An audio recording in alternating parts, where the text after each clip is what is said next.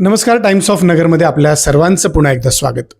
आज अशा पुढाऱ्याला आपण भेटायला आलेलो आहोत ज्यांनी अनेक वर्ष संघर्ष करत राजकारणामध्ये स्वतःचं नाव कमवलं, परंतु त्यांना कधी उमेदवारी मिळत नाही, तर कधी त्यांचे मित्र त्यांचा घात करतात, तर कधी त्यांना अनेक अडचणींना सामोरं जावं लागतं.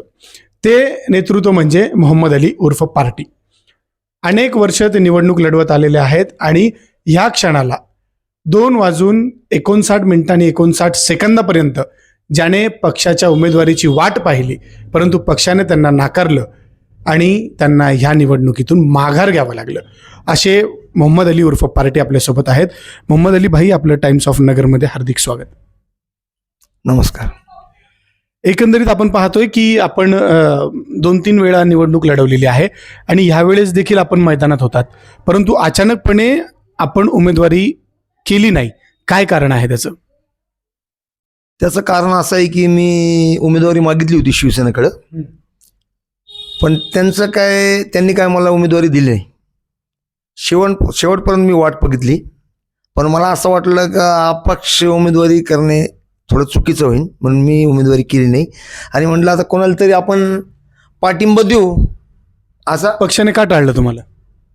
त्यांची आघाडी होती, आघाडीचं काय त्यांचं चालू होतं, तुतारी, पंजा आणि आपलं मशाल, तिघांची आघाडी होती. उद्धव गट यांची, त्यांचे काँग्रेस आणि राष्ट्रवादी शरद पवार चंद्र गट या संगती उद्धव बाळासाहेब ठाकरे यांची आघाडीमुळे त्यांचं काय ठरलं. आता आपण जास्त बोलू नाही शकत ना त्यांच्यासमोर. किती वर्षापासून आपण राजकारणामध्ये सक्रिय आहात? 20 वर्षापासून मी राजकारणामध्ये सक्रिय. ओबीसी गटातून आपण निवडणूक लढवतात आणि एकंदरीत आपण ह्यावेळेस देखील ओबीसी गटातून निवडणूक लढवायला तयार होतात, परंतु काही गोष्टी अशा घडल्या की आपल्याला माघारी यावं लागलं. आणि अनेक वेळेस आपण काय करता की 2013चं उदाहरण देत असता. नेमकं 2013च्या घटनेमध्ये काय तथ्य आहे? 2013 सालीमध्ये मी फुल फॉर्ममध्ये होतो आणि त्यावेळेस माझे येण्याचे 100% चान्स होते. म्हणजे आलोच असतो, मी निवडून झालो असतो. पण असं झालं का ते छाननीच्या वेळेस मी बाहेर निघालो. छाननी झाली ना, फॉर्मची छाननी, त्यावेळेस मी बाहेर निघालो. त्याचं कारण असं झालं का माझं जे ओबीसीचा व्हॅलिडिटी होती, दाखला ज्याला म्हणतात आपण व्हॅलिडिटी, ती व्हॅलिडिटी 2-3 मिनिट लेट मला भेटली. म्हणजे एवढी सेटिंग लावली होती ना माझ्यासाठी, कपार ते बाळासाहेब थोरात त्यांचं पिऊन उभं राहिलं तिकडं नाशिकमध्ये. मी सगळ्यात पहिल्या दिवशी, आज पण तुम्ही कधी ते रेकॉर्ड काढून बघितलं ना तिथला, तर सगळ्यात पहिला दाखला माझा सबमिट झाला होता व्हॅलिडिटी साठी.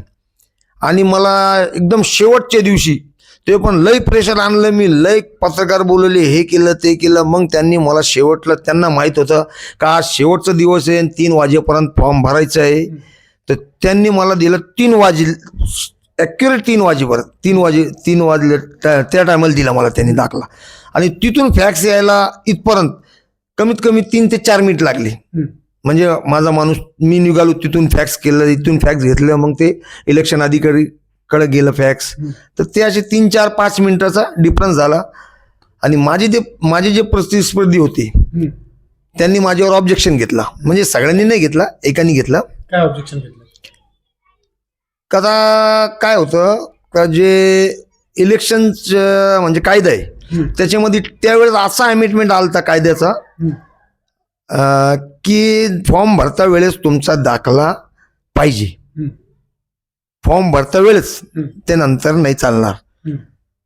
तर फॉर्म आपण भरून दिलता, आपण पावती पण लावली होती. पण त्या अमेंडमेंटवर इलेक्शन अधिकारीने काय केलं, आपलं जे ऑब्जेक्शन झाला, तर त्यावेळेस त्यांनी म्हटले का आता कसं आहे, आम्ही तुमचा दाखला घेतला तर आमची नोकरी लपडेमध्ये येईन, तुमच्यावर ऑब्जेक्शन झाला तर आता याच्यासाठी तुम्हाला हायकोर्टमध्ये दाद मागावं लागेल. आणि त्यांनी ते माझा फॉर्म बाजूला. कोणी ऑब्जेक्शन घेतलं होतं आपल्यावर? माझ्यावर ऑब्जेक्शन घेतलं होतं काँग्रेसचे कॅन्डिडेटनी. कोण होते काँग्रेसचे कॅन्डिडेट त्यावेळेला काँग्रेसचे कॅन्डिडेट होते फयाज शेख.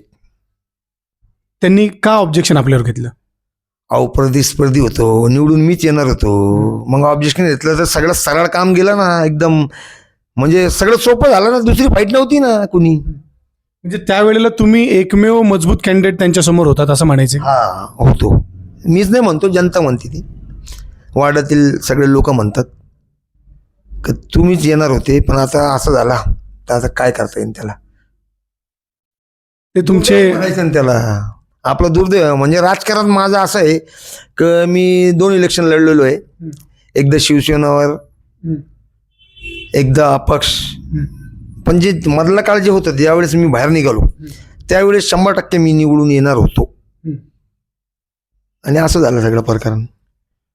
काही दिवसापूर्वी आपण प्रसारमाध्यमांमध्ये पाहिलं की एका व्यक्तीने त्याच ज्यांचं तुम्ही नाव घेताय त्याच व्यक्तीच्या विरोधामध्ये न्यायालयामध्ये दाद मागितली.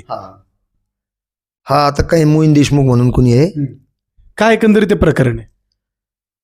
त्यांचं असं म्हणणं आहे मोहीन देशमुख यांचा की त्यांचा काही दाखला खोटा आहे फयाज शेख यांचा. त्या प्रकरणात ते हायकोर्टमध्ये गेलेले. त्यांची 2 तारीख पडली होती. आता काय झालं माहित नाही मला. पण त्यांचं असं म्हणणं आहे त्यांनी मागच्या वेळेस पण टाकलं होतं. म्हणजे काहीतरी असेल तेव्हाच टाकलं असं मला वाटतं. तुमचं काय म्हणणं त्याच्यावर? नाही, मी काळ्या करण्याचे आपण कोणाचेच काळ्या करत नाही. आपण आपल्याला ते शोभतच नाही. आपले ते रक्तामध्ये नाही. काळ्या करणे म्हणजे याचे काळे कर त्याचे काळे. आपलं हे मर्दावून यायचं आणि लढायचं समोर. कोणी पण असलं ये भाऊ आणि ये समोर चल, असा आपला विषय. आपलं ते काळ्या करण्याचा विषयच नाही. आपण ते करतच नाही. मग तुमचं मत काय एकंदरीत मोहीन देशमुख यांनी जे दाखल केलंय ते यांचं ओबीसी प्रमाणपत्र हे चुकीचं आहे असं ते आरोप करतात. याच्यावर तुमचं मत काय? एक ओबीसी उमेदवार म्हणून तुम्ही मागील निवडणूक लढवलेली आहे आणि पुढं तुम्हाला काय वाटतं या विषयावर? अहो मला वाटतं फक्त हेच वाटतं की मी ओरिजिनल आहे. बाकी काय मला माहित नाही कोण डुप्लिकेट आहे की काय. मला तर सगळे डुप्लिकेट वाटतात. असं का वाटतं? ऑब्जेक्शन व्हायले ना. ऑब्जेक्शन असेच नव्हतात ना. ऑब्जेक्शन व्हायला काय कारण लागतं ना. काय समोरचे प्रतिस्पर्धी तुमचे चांगले मित्र होते असं देखील तुम्ही बोलताना सांगता. हा मित्रच होते ना. आता ते माझं प्रतिस्पर्धी होतं. मित्र तर आहेच. आता एक जागेवर एक ह्याच्यामध्ये राहतात आपण तर मित्र तर असणारच ना. मला असं म्हणायचं होतं त्यावेळेस पण तुम्ही समोरून यायचं होतं. तुम्ही काळ्या नाही करायचे होते. समोरून यायचं म्हणजे काय? म्हणजे लढायचं होतं ना इलेक्शन. घाबरायचं नाही ना. लढायचं. त्यांनी मागून घात केला असं म्हणायचं का? तेच झालं ना. मग तेच विषय ते आता तेच झालं ना. तुम्ही समोरून तुम्ही भावनिक होताय. एक मोठा श्वास घ्या. तुम्ही निवांत बोला. तुम्ही घाबरू नका. थोडंसं श्वास घ्या. ऐका मी कोणाच्या बापाला घाबरत नाही. मी मला पार्टी म्हणतात. मी कोणाच्या बापाला घाबरत नाही. मी जे बोलतो ना ते सगळं खरंच बोलणार आहे. आणि असं ह्याच्यामध्ये मी काय वाढवून कमी करून काय बोलणार नाही. जे घटना झाली तीच घटना बोलणार आहे मी. माझं इलेक्शन लढायचं काय आहे माहिती आहे का? वार्डामध्ये इलेक्शन लढतो एक प्रतिनिधी असतो. त्याचा वार्डाच्या लोकांचं त्याच्यावर विश्वास असतं. ते वार्डाचं हे असतं म्हणजे नेतृत्व करणारा माणूस असतं. आणि ते कशा पाहिजे लोकांना आता कळलं नाही एवढं. कसा पाहिजे? आता डॅशिंग पाहिजे असं 100 मध्ये दिसायला पाहिजे. ते आमचं नगरसेवक उभा राहिलेला सगळी काशी करून टाकतो कुठं पण गेलं तर असं पाहिजे. नाही ते देखील मागील निवडणुकीमध्ये म्हणजे 13 पासून 18 पर्यंत ते पण डॅशिंगच होते. अरे कोणाला झापड मारलेली का कधी जिंदगीमध्ये वार्डासाठी? लिथल्या लोकांसाठी कोणाला काही केलेलं आहे का? आम्ही केलं ना. आमचं बलिदान आहे म्हणून आम्ही इलेक्शन लढतो. उगाच कोणी पण यायचं नाही इलेक्शन लढायचं. त्यांचं बलिदान नाही मला नाही माहित. मी नाही बघितलं काय. मी केलेलं मला माहिती आहे. ते रेकॉर्डला लागलेले सगळे केसेस वगैरे हे ते. का असंच नाही उभं राहतो मी काय येणं म्हणून उभं राहतो काय वार्डातून?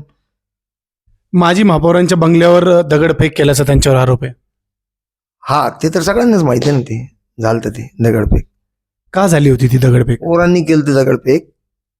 तर आता ते त्यांच्या समोर आहेच सीट होतं. ते पडल्यावरती त्यांनी दगडफेक केली. कोण पडल्यावरती? अहो जाऊ द्या त्याचा कशाला काढता. माझा विचार खुलून बोलत नाहीत तुम्ही.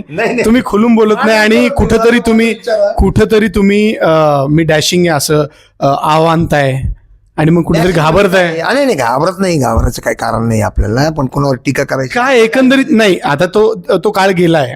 आपण कोणाला टीका म्हणून आपण या गोष्टीवर चर्चा करत नाहीये किंवा एखाद्याला कुठंतरी दुखावेल याच्यामुळे सुद्धा आपण चर्चा करत नाहीये. परंतु जो काळ गेला तो इतिहासामध्ये नोंद असतो. त्या इतिहासावर बोललं पाहिजे. जे नवीन पिढी त्यांना कळायला पाहिजे की हे कितपत खरं आहे. आता काही लोक आरोप करतात की अशी घटना घडली, परंतु काही लोक सांगतात की तसं घडलं नाही. म्हणजे आरोप प्रत्यारोप हे चालत असतात. बरं. मग नेमकं त्यावेळेस काय घडलं होतं? युवा पिढींना ते तुमच्याकडनं ऐकायचंय. त्यावेळेस हाजी नजीर साहेब उभे होते आणि त्यांचे प्रतिस्पर्धी परत हेच होते, कोण आहे? फयाज शेख. आणि काही मतांनी ते पडले. आता मला काही ते माहित नाही आकडा, पण काही मतांनी ते पडले. अंदाजे किती फरक होता? थोडा फरक होता, लई 20-25 मताचा होता काहीतरी, जास्त नव्हता. ऍक्च्युली मला माहित नाही ते काय आहे, म्हणजे किती मतांनी पडले, पण थोडा फरक होता. तर त्यावेळेस असं ऐकण्यात आलं की दगडफेक झाली यांच्या घरावर. तर म्हणजे ते आता तर जाहीरच होतं ना का दुसरं तर कोणी, मी नाही जाऊन मारणार ना दगडफेक, ते माझा प्रतिस्पर्धी नव्हता ना. तर यांच्यावर आला आरोप ते फयाज शेखवरती. म्हणजे आरोपच होता, त्यांनी ते केलं नाही असं म्हणायचं. आता केले का नाही केलं आता बघणाऱ्याला माहिती आहे सगळं ते. तुम्ही पाहिलं नाही? नाही, मी नाही पाहिलं, म्हणून आरोप नाही. मी पाहिला. तुम्ही कुठे गेलो त्यावेळेस? सांगितलं असतं. माझं वाड सेपरेट होता, मी 6 नंबर आहे, म्हणजे हे आपला भाग वेगळा होता, ते वाड वेगळा होता. त्यावेळेस माझी इकडे दुसरी फाईट होती, त्यावेळेस मी शिवसेनेकडून उभा होतो. सामाजिक कामामध्ये आपण अग्रेसर होतात, तर एकंदरीत सामाजिक कामं आपण काय असं केली ते जनतेसाठी की तुमचं नाव आज समाजामध्ये आहे, तुम्हाला प्रेम करतात लोक, हे कसं जमवलं तुम्ही? असं आहे तर पहिलं तर मी आहे ना, सगळ्यांना लहान असो मोठं असो सगळ्यांना म्हणजे मिळनसार आहे. मी सगळ्यांना संगती घेऊन चालतो, कोणाची काळ्या करत नाही. मला आपल्याला जमत नाही ते.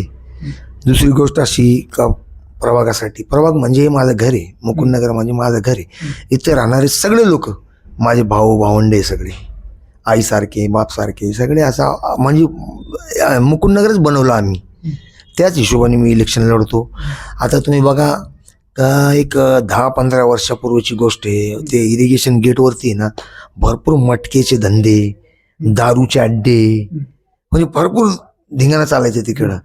शेजारी चांद सुलताना शाळा होती, मग त्याच्या शेजारी मस्जिद आहे, तिकडून ते चांद सुलतानामधून ती शाळा सुटायची, ते पेतळ तिकडून निघायचे दारू पिऊन. त्या धंदा मी तोडला, लायसन्स होतं ते तोडलं, त्याला काढायला लावला.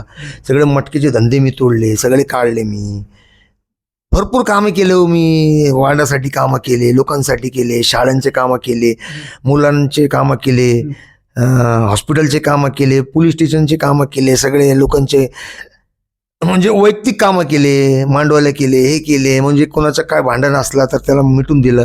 म्हणजे असे फार कामं केलेली मी. आता लोकांचं असं आहे, लोकांनाच कोण नाही राहिलं, ते कोणाला निवडून द्यायचा, ते देतात कोणाला पण निवडून, आणि मग नंतर ते म्हणतात अरे तुला द्यायला पाहिजे होतं, अरे चूक झाली, तुला द्यायला पाहिजे होतं. अरे दरवेळेस काय आहे, तुम्हाला कळायला पाहिजे ना राव, तुमचा नगरसेवक कसा पाहिजे, त्याचं शिक्षण आहे का नाही ते. आता माझं इंग्लिश मीडियम. तुम्ही किती शिकले? माझं ग्रॅज्युएशन झालेलं इंग्लिश मीडियममधून, माझं शिक्षण झालं, शिकलेलं पण आहे आणि गचंडी धरणारा पण आहे. म्हणजे जरूरत पडली तर ते पण करू आपण, आपल्यात तेवढी कुवत आहे. तुम्ही गचंडी धरण्याची बोलता, तुम्ही युवकांना काय संदेश देताय? असं मारामाऱ्या करायचा संदेश देताय? त्या गचंडी धरण्याचा असा माझा बोलायचा हेतू आहे. दहशत करायची? दहशत तशी नाही करायची. जेव्हा तुमचं काम होत नसतं, गुंडागिरी करायची, तुमचं काम आहे ना सरळ बोटाने लोकांवर भीती निर्माण करायची, सरळ बोटाने तुमचं काम होत नसेल ना, तर बोट टिळा करावं लागतं. आता तुम्ही प्रतिनिधी निवडून दिला आणि ते गेला फक्त असंच उभं राहिलं कोणाचे पण माग, मग ते प्रतिनिधी करायचं काय? कोणाच्या मागं उभं राहतो? कोणाचे पण याच्या त्याचे कोणाचे पण माग, त्याचं असं उभं राहायला पाहिजे ना. कोणता प्रतिनिधी मागं उभा राहतो? नाही असं मी म्हणतो, वार्डातला प्रतिनिधी निवडून दिला आणि ते कधी असं केलं तर तुमचे म्हणजे वार्डातील लोकांमध्ये काय हे होईन का, आपला हे प्रतिनिधी आहे का आपलं? अरे मी काय म्हणलो पहिलेच तुम्हाला, प्रतिनिधी असा पाहिजे त्याचा वार्डाचा विश्वास आहे त्याच्यावरती, ज्यांच्यावर आहे विश्वास आहे. माझ्यावर भरपूर विश्वास आहे, पण शेवटला काय होत मलाच माहित नाही. ते एवढा विश्वास आहे ना माझ्यावरती, तुम्ही कुठं पण हिंडव. म्हणजे एक गमतीचा विषय म्हणून तुमच्याशी एक तो प्रश्न मला तुम्हाला विचारायचा आहे. तुम्ही वैयक्तिक त्याला घेऊ नका. एकंदरीत 15-20 वर्षाचा तुमचा राजकीय अभ्यास मी केला, त्याच्यामध्ये असं कळलं की 13ला तुम्ही निवडून येणार होतात, है ना? म्हणजे 18ची निवडणूक तुम्ही लढवली नाही की लढवली? 18ची नाही लढवली की 18ची लढवली? 18ची नाही लढवली. हा, 18ची लढवली तुम्ही. 500 काहीतरी तुम्हाला मतदान होतं. हा, 13ची तुम्ही लढवली नाही. 18 गेलं, 13 राहिलं. 13मध्ये तुम्ही बाद झालात. 13ची निवडणूक विषय संपला. 8मध्ये देखील तुम्ही निवडणूक लढवली. 3 पासून तुम्ही निवडणूक लढवत आलाय. कधी तुमचा सूचक गायब होतो, कधी तुमचा अनुमोदक गायब होतो, कधी तुमचा फॉर्म काढला जातो. म्हणजे हे काय तुमच्यासोबत घडतं? मी विश्वास ठेवतो लोकांवरती, म्हणजे माझ्या संगती जे राहतो त्याच्यावर मी विश्वास ठेवतो. पण हमकाच मला बघण्यात आलं की माझ्या संगतची लोकांनी माझ्या संगती विश्वासघात केला. म्हणजे सूचकच, म्हणजे 3ला तुमचा सूचकच गायब झाला. 3ला माझ्या सूचकांनी असं प्रकरण केलं की शेवटच्या टेबलवर साईन घ्यायची आणि तिने फॉर्म फाडून फेकून टाकला.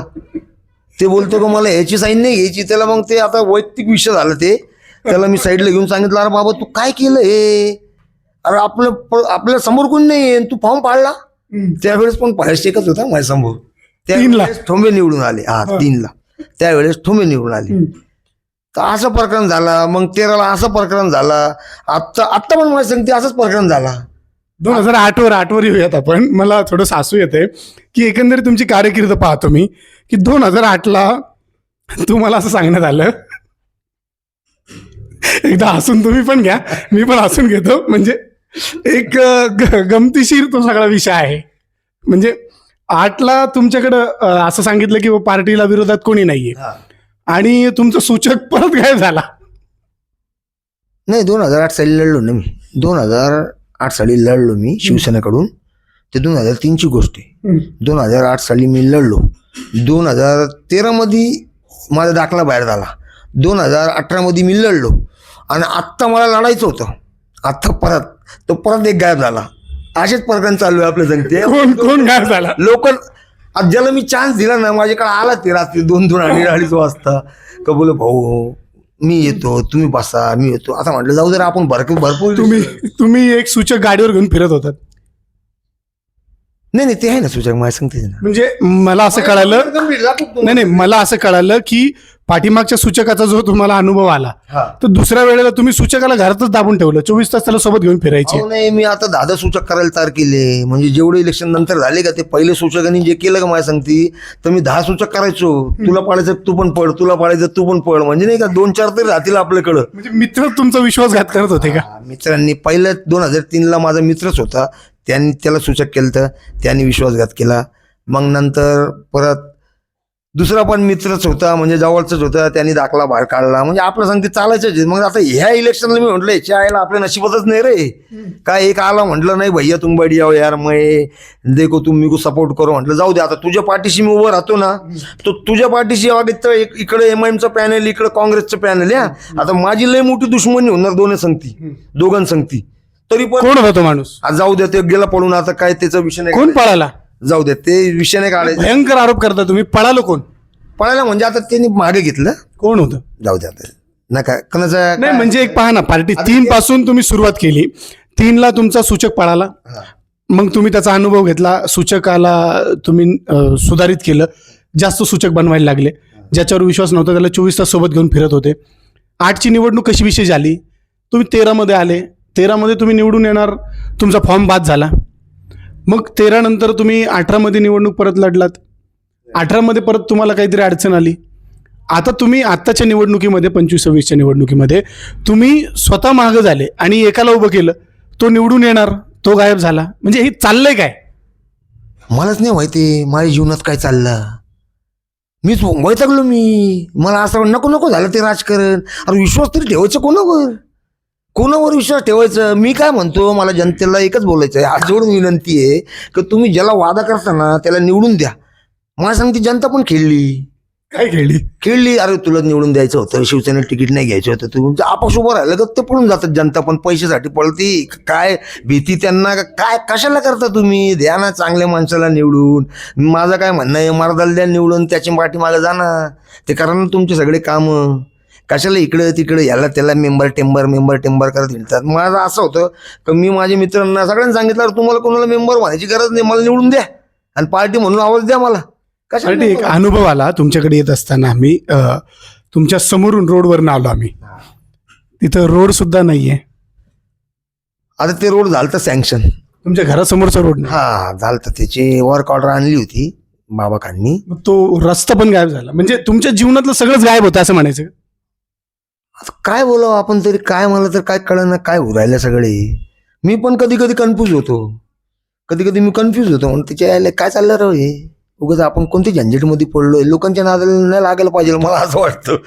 कारण लोकांनी काय करायला पाहिजे, लोकांनी ना चांगला प्रतिनिधी द्यायला पाहिजे निवडून. तुम्हाला काय वाटतं, जर भविष्यामध्ये तुम्हाला पुन्हा राजकारणाची संधी मिळाली तर कशा पद्धतीने तुम्ही मुकुंदनगरकरांसाठी काम कराल? पहिली गोष्ट तर असं आहे का लोकांनी कधी माझ्यावर विश्वास ठेवला तर त्यांना आहे ना कोणतीही गोष्टीची गरज नाही पडणार. म्हणजे काय पण त्यांचं काम असला, काय पण असला तर मी अर्धी रात्री त्यांच्यासाठी उभा राहीन. रोड रस्ते हे ड्रेनेज हे लोक बोलतात.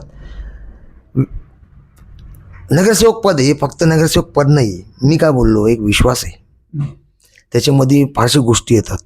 रोड रस्ते ड्रेनेज एवढेच नाही येतात, त्याच्यामध्ये वैयक्तिक काम असतात लोकांचे. कोणाचे दवाखान्याचं, कोणाच्या घराचं, कोणाच्या घरात मुली बसलेली आहे, कोणाचं शिक्षण नाही झालं. म्हणजे आता वाड्यातले पोरांचं बघायचं, कोण शिक्षण कसं आहे त्यांचं. वाड्यात काही असे घर आहे त्यांच्या घरात जेवण नाही आहे, म्हणजे ते कोण करणार हो? तुमच्यावर विश्वास ठेवला तर तुम्ही बघायला पाहिजे, इकडं तिकडं जाऊ. फयाज भाईंनी पाठीमागच्या 5 वर्षामध्ये चांगलं काम केलं, तुमचे मित्र आहेत. नाही, आपल्याला काय माहित नाही ते काय काम केलं काय नाही. ते इलेक्शन संपलं का मग आपण पण ते लक्ष द्यायला सोडून देतात. म्हणजे आपण कोणी काय काय केलं आपल्याला काय म्हणजे माहिती. मित्राने घात केला असं तुम्ही म्हणताय का? नाही, ते घातचं नाही.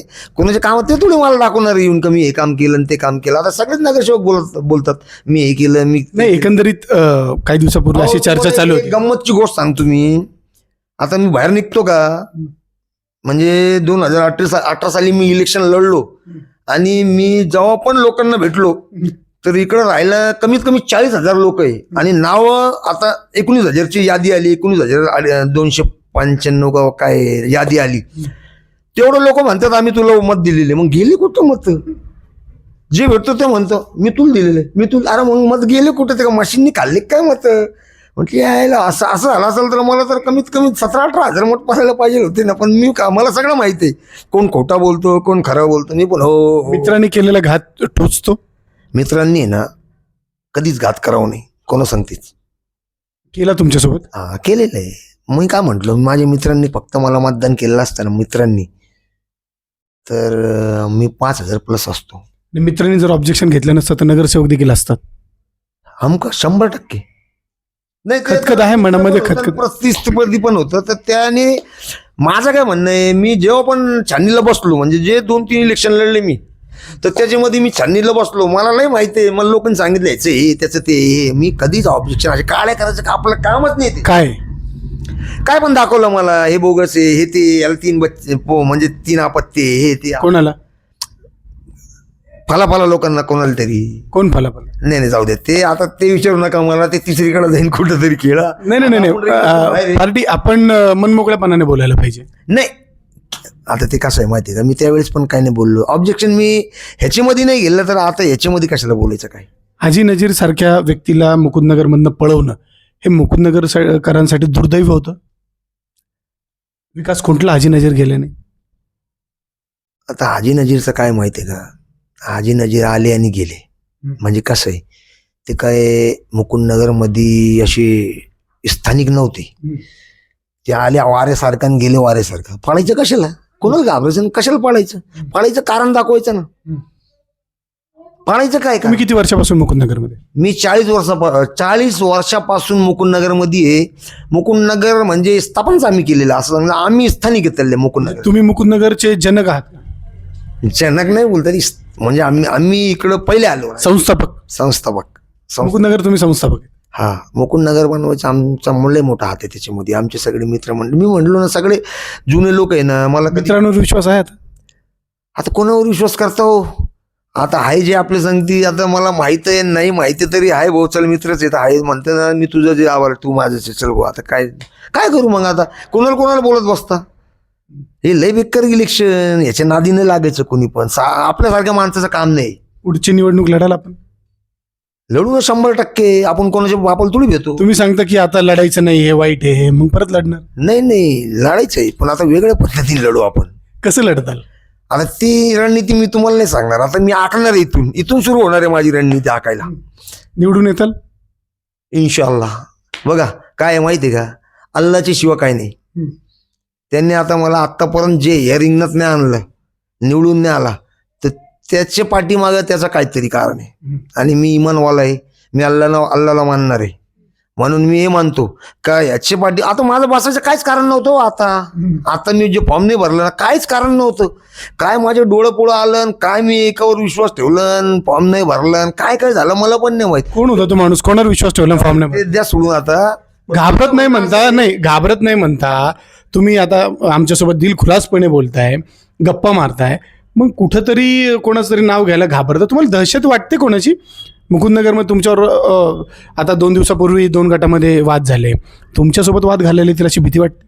मी पहिले तर कोणाच्या बापाला घाबरत नाही, मग आणि नाव का घेत? या 2 गटाचा आपला काही संबंध येत नाही. म्हणजे कोणाच्या बापाला घाबरत नाही तर मग तुम्ही कोणाला मदत करणार आपला होता? काही संबंध येत नाही. तुम्ही मदत कोणाला करणार? अहो, त्याला हे होईन, त्याचं नाव घेतलं ना तर कोणासाठी तुम्ही मागे राहिलात?